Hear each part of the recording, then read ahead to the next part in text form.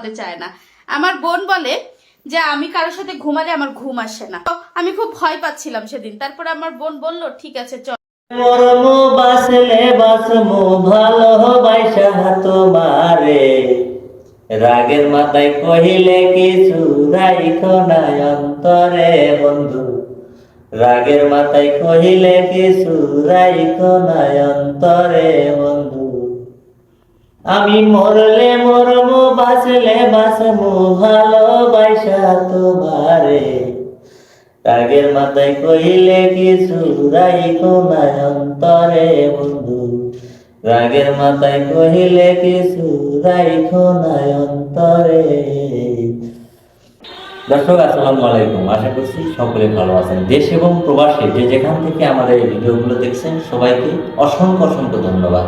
দর্শক আজকে যে ভিডিও টপিক নিয়ে কথা বলবো সেই ভিডিওটা হচ্ছে, আমি স্ক্রিনে যে ভিডিওটা দিয়ে রাখছি এই আপুকে নিয়ে কথা বলবো। দেখুন আপনারা অবশ্যই ভিডিওটা দেখছেন যে আপুর কত বড় বড় নারিকেল, এই নারিকেলের ভরে এই আপুর ক্যামেরা দেখতে আসতেছে না, তাহলে চিন্তা করেন। তো দর্শক সর্বোপরি কথা হচ্ছে এটা যে এই আপু অনলাইনে আইসা তার এই নারিকেল দেখায়া লোকজন বলতেছে যে তার এত বড় বড় নারিকেল ছুঁয়া ছোট ছোট নারিকেল তার বোনের, সেই নারিকেল খাওয়ার জন্য বলে হ্যাঁ জামাই ভাগো, হ্যার লগে ঘুমায় না আর হ্যার বোনের লগে ঘুমায়। তো দর্শক যদি এই ধরনের ভিডিও যদি সোশ্যাল মিডিয়াতে তারা পোস্ট করে তাহলে আমাদের যে যুব সমাজটা, এই যুব সমাজ কোথায় গিয়ে দাঁড়াবে বলুন? এই ধরনের ভিডিও দেখলে যে একজন পরিপূর্ণ যে পুরুষ সে কি ঠিক থাকতে পারবে?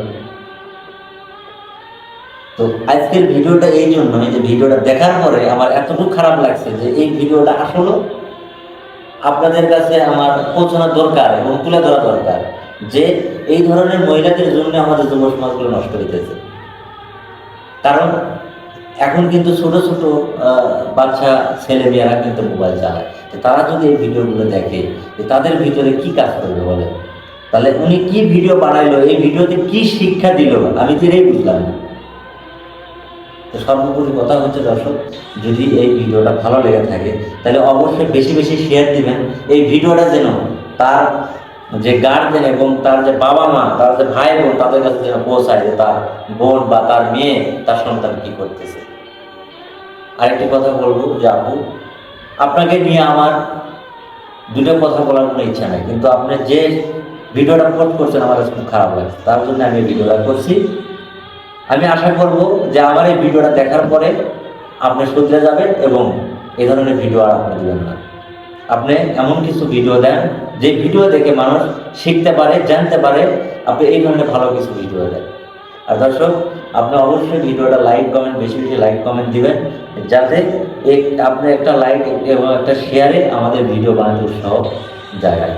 তো দর্শক ভালো থাকবেন, সুস্থ থাকবেন, দেখা হবে আবার নতুন কোনো ভিডিওতে। সে পর্যন্ত ভালো থাকবেন, আল্লাহ হাফেজ।